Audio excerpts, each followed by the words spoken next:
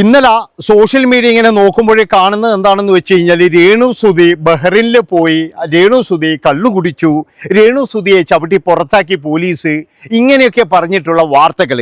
ഏതായാലും ഇത് കാണണമല്ലോ എന്ന് കരുതിയിട്ട് ഞാനൊരു ചാനൽ ഓപ്പൺ ചെയ്തു. അതിൻ്റെ അകത്ത് നോക്കുമ്പോഴേക്ക് ആ ആങ്കർ പെണ്ണ് ചോദിക്കുകയാണ്, ചേച്ചി കള്ളു കുടിക്കുമോ? കള്ളു കുടിക്കും. ഇപ്പോഴും കുടിക്കുമോ? കുടിക്കും എന്ന് പറഞ്ഞ് ഒരു ഗ്ലാസ് വെള്ളം എടുത്തിട്ട് അവിടെ വെച്ച് തന്നെ കുടിക്കുന്നു. കുടിച്ചതിന് ശേഷം കുടിച്ചില്ലേ മതി, അതായത് പച്ചവെള്ളാന്ന് കുടിച്ചതെന്ന് അരിയാഹാരം കഴിക്കുന്ന എല്ലാവർക്കും അറിയാം. അതുമാത്രവുമല്ല, രേണുസുധിക്കും തന്നെ കൃത്യമായിട്ടറിയാം ഇതിപ്പോഴും പുറത്തേക്ക് വിട്ട് കഴിഞ്ഞാൽ നല്ല രീതിയിൽ എന്നെ എല്ലാവരും കാത്തിരിക്കുകയാണ് ഞാൻ എന്താണ് ചെയ്യുന്നത് എന്നറിയാൻ വേണ്ടിയിട്ട്. ഒരു കാര്യം ഞാൻ നിങ്ങളോട് പറയാം, നിങ്ങളൊക്കെ വിചാരിക്കുന്നതിലും മേലെ എത്തിയിരിക്കുകയാണ് ഇപ്പോൾ ആ സ്ത്രീ. അതാണ് നിങ്ങൾ മനസ്സിലാക്കേണ്ടത്. ഇവിടെ എന്താണെന്ന് വെച്ച് കഴിഞ്ഞാൽ അവൾ അങ്ങനെ പോകണ്ട, എങ്ങനെയെങ്കിലും അതിനെ വലിച്ച് താഴെയിടണം, അതിൻ്റെ കയ്യിൽ നിന്നും എങ്ങനെയെങ്കിലും ആ വീട് തിരിച്ചു മേടിക്കണം. അതായത് വീട് കൊടുത്തല്ലോ എന്ന് ആലോചിച്ചുകൊണ്ട് ഇപ്പോഴും ചില ആൾക്കാർ ഇങ്ങനെ കരഞ്ഞുകൊണ്ടിരിക്കല. നിങ്ങൾക്ക് തോന്നുന്നുണ്ടോ ഈ സുധീൻ്റെ മോനോടുള്ള സ്നേഹം കൊണ്ടാണ് ഇവരെല്ലാം മോൻ്റെ ഭാഗത്ത് കൂടുന്നതെന്ന്? ഒരിക്കലും അല്ല. നിങ്ങൾക്ക് ഓർമ്മയുണ്ടോയെന്നറിയില്ല, കുറേ നാൾ മുമ്പ് ഈ ചെറുക്കൻ കള്ളു കുടിച്ചു, വണ്ടി ഓടിച്ചു എന്നൊക്കെ പറഞ്ഞിട്ട് ഇതേ ആൾക്കാരിലെ ആ ചെറുക്കൻ എടുത്തിട്ട് അമ്മാനം ആടിക്കൊണ്ടിരുന്നത്. അതേ ആൾക്കാർ ഇന്ന് പറയുകയാണ് കിച്ചു ഞങ്ങളുടെ ഹൃദയമാണ്, കിച്ചു ഞങ്ങളുടെ ഹൃദയത്തിനുടമയാണ്, കിച്ചു ഞങ്ങളുടെ ചങ്കിലെ ചോരയാണ്, കിച്ചു ഇങ്ങനെയാണ് എന്നൊക്കെ പറഞ്ഞിട്ട് ഇതേ ആൾക്കാർ തന്നെയാണ് പണ്ടെടുത്തിട്ട് ആ ചെറുക്കനെ പിടിച്ചിട്ട് വെളിയിൽ തള്ളിയത്. അപ്പോൾ എനിക്ക് പറയാനുള്ളത് എന്താണെന്ന് വെച്ചാൽ, ആ സ്ത്രീയെ നിങ്ങളെല്ലാവരും ജീവിക്കാൻ വിട്, അവരുടെ പുറകെ പോകാതെ. ചില ആൾക്കാർ എന്താ പറയുന്നതെന്നറിയാം, എങ്ങനെയെങ്കിലും ഇവളുടെ വീഡിയോ നിർത്താൻ വല്ല വഴിയുണ്ടോ, എങ്ങനെയെങ്കിലും ഇവളിങ്ങനെ സോഷ്യൽ മീഡിയയിൽ വരുന്നത് നിർത്താൻ വഴിയുണ്ടോ? എന്തുകൊണ്ടാണെന്നല്ലേ, അതായത് ഇവരിങ്ങനെ പോകുന്നതോ ഇതാക്കുന്നതൊന്നും ആർക്കും പിടിക്കുന്നില്ല. ഇപ്പോഴും എന്ന് പറഞ്ഞാൽ വീട് കൊടുത്തവർക്ക് തന്നെ എന്ന് പറഞ്ഞാൽ ഭയങ്കര വിഷമമുണ്ട്. കാരണം എന്താണെന്ന് വെച്ചാൽ, ഈ വീട് കൊടുത്തവരോട് തന്നെ കുറച്ച് വർഷങ്ങൾ കഴിഞ്ഞാൽ ഈ രേണു സുധി പറയും എനിക്കൊരു 10 കോടി റുപ്യേൻ്റെ ഒരു വീട് പണിയണമെന്ന്. കാരണം അത്രയും ഭയങ്കരമായിട്ടുള്ള സാമ്പത്തിക ഇതിലേക്കാണ് പോകുന്നത്. എനിക്ക് വളരെയധികം സന്തോഷമുണ്ട്. കാരണം എന്താണെന്ന് വെച്ച് കഴിഞ്ഞാൽ, ഭർത്താവ് എന്ന് പറയുന്നൊരു മനുഷ്യൻ ഉണ്ടായിരുന്നു. അയാളുള്ള കാലത്ത് മുഴുവൻ എന്ന് പറഞ്ഞു കഴിഞ്ഞാൽ ഈ സ്ത്രീക്ക് കഷ്ടപ്പാട് മാത്രമായിരുന്നു. എവിടെയെന്ന് പറഞ്ഞു കഴിഞ്ഞാൽ പ്രശ്നങ്ങളും. അന്നത്തെ കുറേ വോയിസ് റെക്കോർഡുകൾ പുറത്തു വന്നിട്ട് നമ്മളെല്ലാവരും കണ്ടതാണ്. അവർക്ക് കടം കൊടുത്തതിന് ശേഷം അവർ തിരിച്ചു തരുന്നില്ല എന്നൊക്കെ പറഞ്ഞിട്ടുള്ള വോയിസ് റെക്കോർഡുകൾ. എടോ, ഞാൻ കടം കൊടുക്കാറുണ്ട്, ഞാൻ കടം മേണിക്കാറുണ്ട്. എൻ്റെ പേര് പറഞ്ഞിട്ട് ആരും ഇതുവരെ വോയിസ് ഒന്നും ഇട്ടിട്ടില്ല. അതുപോലെ നിങ്ങൾ ഇത് കാണുന്ന പലരും കടം മേണിക്കാറുണ്ടായിരിക്കും. നിങ്ങളെ ആരെങ്കിലും വോയിസ് പുറത്തു വിട്ടിട്ടുണ്ടോ ആരെങ്കിലും? അതാണ് പറയുന്നത്. ഇവരെ ടാർഗറ്റ് ചെയ്തുകൊണ്ട് ഒരു വിഭാഗങ്ങൾ കുറേ നാളുകളായിട്ട് സുധിയുള്ളപ്പോൾ തന്നെ എന്ന് പറഞ്ഞാൽ ഇവരുടെ പുറകെ തന്നെ ഉണ്ടായിരുന്നു. അന്നൊക്കെ ഇവർക്ക് നല്ല രീതിയിലുള്ള ദാരിദ്ര്യമാണ്. അത് കഴിഞ്ഞതിന് ശേഷം ഈ സ്ത്രീയുടെ സ്വന്തം ഇച്ഛാശക്തിയിൽ, അതായത് ഭർത്താവിൻ്റെ മരണശേഷം ഇനി ഇങ്ങനെ കരഞ്ഞുകൊണ്ടിരുന്നാൽ ശരിയാവില്ല, ലക്ഷ്മി നക്ഷത്രം കൊണ്ടുവരുന്നത് നോക്കിയിരുന്നാൽ ശരിയാവില്ല. ലക്ഷ്മി നക്ഷത്രം ചിലപ്പോൾ കൊണ്ടുവന്ന് തരും. അതുമാത്രം പോരാ, എനിക്ക് അധ്വാനിക്കണം. നാളെ എൻ്റെ 2 കുഞ്ഞുങ്ങൾ എന്തെങ്കിലും വാങ്ങിച്ചു തരാൻ പറഞ്ഞാൽ എൻ്റെ കയ്യിൽ പൈസ ഉണ്ടായിരിക്കണം. എനിക്കറിയുന്ന തൊഴിൽ ചെയ്യണം. സുധിയുടെ ആ ഒരു കുറച്ച് പരിചയവും കാര്യങ്ങളൊക്കെ മുതലെടുത്തുകൊണ്ട് തന്നെ അവരെന്ത് ചെയ്തു, സോഷ്യൽ മീഡിയയിലേക്ക് അങ്ങ് ഇറങ്ങി. അവർ വിചാരിച്ചതുപോലെ തന്നെ സംഭവിച്ചു. അതായത് വരുന്നു നെഗറ്റീവുകൾ. അങ്ങനെ നെഗറ്റീവുകൾ ഇപ്പോഴും പോസിറ്റീവായിക്കൊണ്ടിരിക്കുകയാണ്. കാരണം എന്താ, രേണു സുധി മാറിയിരിക്കുന്നത്. ഇനി ഇപ്പോഴും വേണമെങ്കിൽ നമുക്ക് പറഞ്ഞിട്ട് കളിയാക്കാം, രേഷ്മ തങ്കച്ചനാണ്, അല്ലെങ്കിൽ നീ മറ്റേതാണ്, അല്ലെങ്കിൽ നീ ഇങ്ങനെയാണ്, തുണിയുടെ അളവ് കുറഞ്ഞു വരുന്നു എന്നൊക്കെ പറഞ്ഞ് വേണമെങ്കിൽ നമുക്ക് കളിയാക്കാം. അതുകൊണ്ടാണ് ഞാൻ പറയുന്നത്, അവരെ അവരുടെ വഴിക്ക് വിടുക. കാരണം എന്താണെന്ന് വെച്ച് കഴിഞ്ഞാൽ, ജനിച്ചു കഴിഞ്ഞാൽ മരിക്കുന്നത് വരെ കഷ്ടപ്പാടും ദുരിതവും കടവുമായിട്ട് ജീവിക്കണം എന്ന് ആരും പറയുന്നില്ല. ഇവിടെ എന്ന് പറഞ്ഞാൽ ഞാൻ പറഞ്ഞല്ലോ, മനുഷ്യൻ നന്നാകാൻ വേണ്ടിയിട്ട് 1 സെക്കൻഡ് മതി. അതുപോലെ തന്നെ ഒരു മനുഷ്യൻ നശിക്കാൻ വേണ്ടിയിട്ട് 1/2 സെക്കൻഡ് മതി. അതാണ് നിങ്ങൾ മനസ്സിലാക്കേണ്ടത്. ഇത് നമ്മളൊന്നും വിചാരിക്കുന്നത് പോലെ ഇതൊന്നും അത്ര ഈ പ്രശ്നമില്ല പരിപാടി ഇതൊന്നുമല്ല. എല്ലാവർക്കും എന്ന് പറഞ്ഞു കഴിഞ്ഞാൽ അവരുടേതായ കഴിവുകളുണ്ട്. ഈ വീഡിയോ കാണുന്ന നിങ്ങൾക്കും കഴിവുണ്ട്.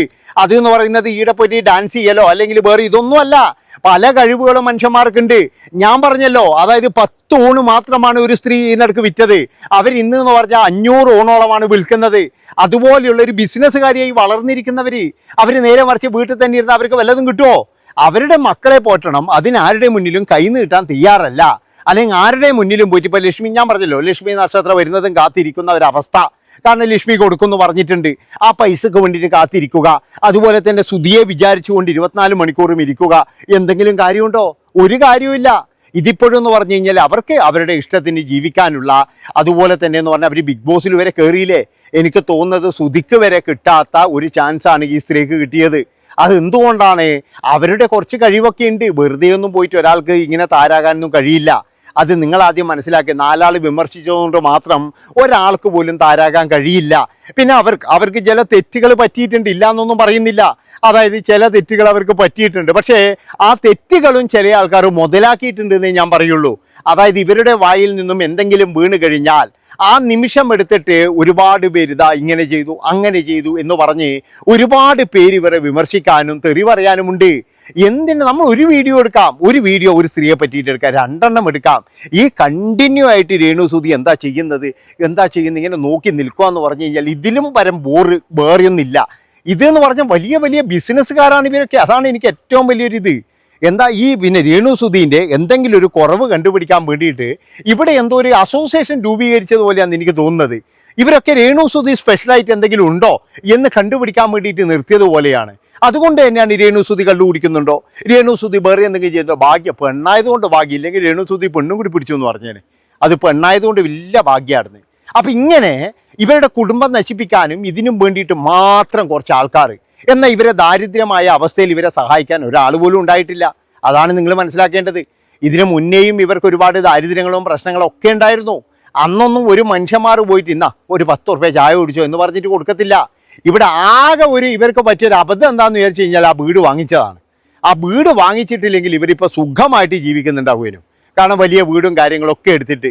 അതുമാത്രമല്ല, ഇനിയിപ്പോൾ ഇവരാരും കൊടുത്തിട്ടില്ലെങ്കിൽ ആ ഫ്ലവേഴ്സുകാരുടെ അടുത്ത് കൊടുക്കുന്നതുമാണ്. ഞാൻ എല്ലാ വീഡിയോയിലും പറയുന്നതാണ്. കാരണം എന്ന് വെച്ചാൽ ഗോകുലം ഗോപാലേട്ടന് 250 വീടെടുത്ത് കൊടുക്കാനുള്ള ആസ്തിയും കാര്യങ്ങളും ഉണ്ട്. ചില ആൾക്കാർ ഫെയിമിന് വേണ്ടിയിട്ട് ഇവരെ പിടിച്ചു, അവരെ ഫേമസ് ആവുകയും ചെയ്തു. ഈ രേണുസുധീൻ്റെയോ അല്ലെങ്കിൽ കൊല്ലസുധീൻ്റെയോ പേര് പറഞ്ഞിട്ട് തന്നെയാണ് ഇവരൊക്കെ ഫേമസ് ആയത്. അല്ലാതെ തന്നെ വീട് എടുക്കുന്നതിന് മുമ്പ് ഇപ്പം ഈ മുതലാളിമാരെ നമ്മൾ ആരെങ്കിലും കണ്ടിട്ടുണ്ടോ, നമ്മൾ ആരെങ്കിലും ഇവരെ അറിയോ? ഒന്നും അറിയില്ല. ഇപ്പോൾ ഫിറോസ് എന്ന് പറയുന്ന ഒരു വ്യക്തിനെ എനിക്കറിയാൻ തുടങ്ങിയത് ഈ ഒരു വീടെടുത്ത് കൊടുക്കുന്നില്ല ഇതുകൊണ്ടാണ്. അല്ലാതെ ഈ ഫിറോസിനെ ഒന്നും എനിക്കറിയില്ല. ഫിറോസ് ആരാണെന്ന് പോലും എനിക്കറിയില്ല.